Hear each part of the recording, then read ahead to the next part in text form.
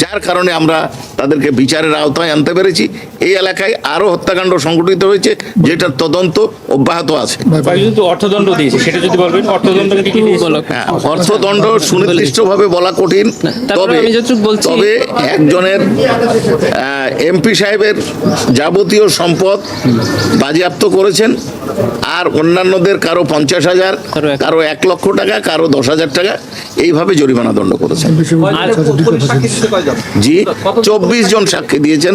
তদন্ত পুলিশ সদস্য এই মুহূর্তে তো ওইভাবে বলতে পারবো না, তবে আরেকটি অবজারভেশন দিয়েছে ট্রাইব্যুনাল, সেটা হলো আন্তর্জাতিক অপরাধ ট্রাইব্যুনাল আইন 1973 গঠনের পর 1971 সালে সংগঠিত মুক্তিযুদ্ধের সময় সংগঠিত মানবতাবিরোধী অপরাধের বিচার এই ট্রাইব্যুনাল করেছেন, এটা করতে পারেন। তার সাথে সাথে ট্রাইব্যুনাল বলেছেন যে জুলাই গণঅভ্যুত্থানে যে মানবতাবিরোধী অপরাধ সংঘটিত হয়েছে সেই অপরাধের বিচার করার ইখতিয়ার এই ট্রাইব্যুনালে আছে। এটি ট্রাইব্যুনাল প্রথমে অবজারভেশন দিয়েছেন, এবং মৃত্যুদণ্ড প্রদানের ক্ষেত্রে বলেছেন যে আমাদের এই আইনে সেকশন 5(2)তে যারা সাবঅর্ডিনেট আছে তাদেরকে শাস্তি দেওয়ার ক্ষেত্রে মিটিগেট করা, অর্থাৎ শাস্তি কম দেওয়ার সুযোগ এই আইনে আছে। তবে এই আশুলিয়াতে যে নৃশংস ঘটনা ঘটেছে এবং যাদেরকে মৃত্যুদণ্ড দেওয়া হয়েছে তারা এই মিটিগেটিং ফ্যাক্টর পাওয়ার যোগ্য নয়, সুবিধা পাওয়ার, এবং তারা এই মিটিগেটিং ফ্যাক্টরের সুবিধাটা তারা পাবেন না, কারণ তারা কেউই এই অপরাধের সংগঠনের ক্ষেত্রে কোনো ধরনের শিথিলতা প্রদর্শন করেননি।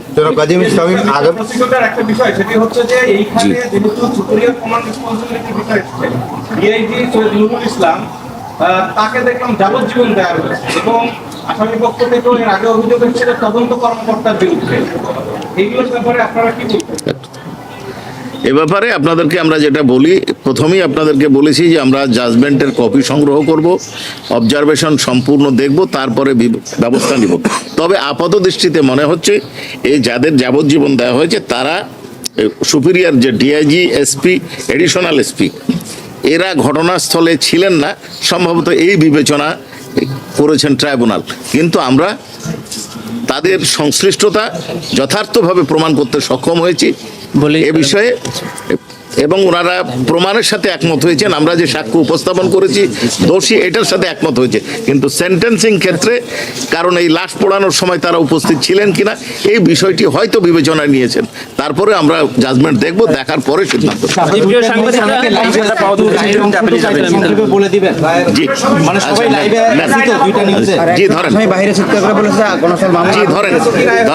জি, আজকে আন্তর্জাতিক অপরাধ ট্রাইব্যুনাল 2 তার প্রথম রায়ে ঘোষণা করেছেন। সেই রায়ে মোট আসামি ছিল 16 জন। তার মধ্যে অন্যতম ছিলেন স্থানীয় এমপি সাইফুল ইসলাম, তাকে মৃত্যুদণ্ড দেওয়া হয়েছে। আশুলিয়া থানার ওসি AFM শাহেদ রনিকে মৃত্যুদণ্ড দেওয়া হয়েছে। এসআই আব্দুল মালেককে মৃত্যুদণ্ড দেওয়া হয়েছে। এএসআই বিশ্বজিৎ শাহকে মৃত্যুদণ্ড দেওয়া হয়েছে। কনস্টেবল মুকুল চোকদারকে মৃত্যুদণ্ড দেওয়া হয়েছে। রনি ভূঁইয়া যুবলীগ সদস্য, তার মৃত্যুদণ্ড দেওয়া হয়েছে। যাবজ্জীবন কারাদণ্ড, অর্থাৎ মোট 6 জনের মৃত্যুদণ্ড দেওয়া হয়েছে। যাবজ্জীবন কারাদণ্ড দেওয়া হয়েছে 7 জনকে। তারা হলেন DIG Syed Nurul Islam, SP Asaduzzaman Ripon, additional SP Abdullahil Kafi, additional SP Shahidul Islam, inspector তদন্ত Masudur Rahman, inspector operation Nirmal Kumar Das, inspector DB Arafat Hossain Arju. 7 বছরের কারাদণ্ড দেওয়া হয়েছে এসআই আরাফাত উদ্দিন এবং এএসআই কামরুল ইসলাম, অর্থাৎ 2 জনকে, এবং অপর আসামি এসআই আফজালুল হক, তিনি ট্রু এবং ফুল ডিসক্লোজার করে অনারেবল ট্রাইব্যুনাল যে শর্ত দিয়েছিলেন যে পূর্ণাঙ্গ সত্য প্রকাশ করবেন ঘটনার, সেইটা প্রকাশ করায় তাকে মুক্তি দেওয়া হয়েছে। গাজী ইসলামী, আপনার কাছে আমার একটা প্রশ্ন, সেটা হলো যে 7 দিন পর জাতীয় সংসদ নির্বাচন। জি। আমরা একটা ত্রিকোণমিতি সমীকরণের সামনে দাঁড়িয়ে আছি। অনেক যুদ্ধাহত এই আহত নিহতদের পরিবার অনেকে আশঙ্কা করছেন যে যেহেতু 7 দিন পর নির্বাচন, নতুন সরকার আসতে পারে, যে সরকারই আসুক, তার কেউ আশঙ্কা করছেন যে এই বিচারটা চলবে কিনা, এরকম একটা শঙ্কা তাদের মধ্যে আছে। প্রসিকিউশনের মধ্যে একটা শঙ্কা আছে, কোন দল ক্ষমতায় আসে সেখানে সেই সমীকরণ আপনাদের ক্ষেত্রেও আছে।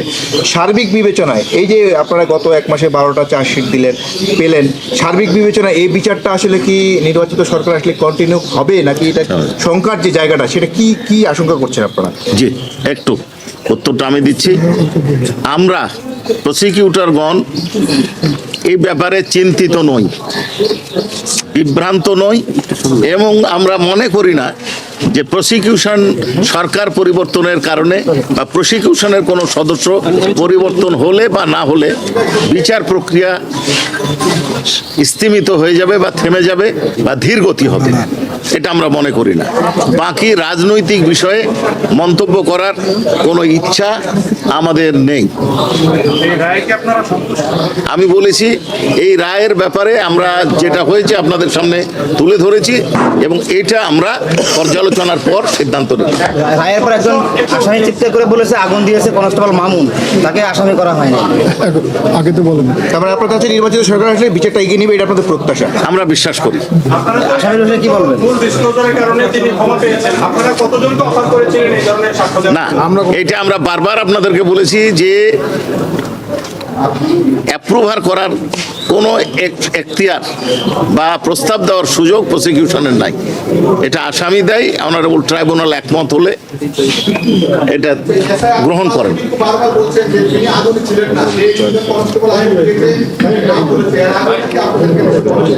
তাদেরকে আসামি করা হয়নি কেন? আমাদের কাছে বলেছে এই কথাটার ব্যাপারে তদন্তকারী কর্মকর্তা আমাদের কাছে যে রিপোর্ট দিয়েছেন তাতে উনি বলেছেন এই মর্মে কোনো তথ্য আমাদের কাছে নাই। কিছু বলেন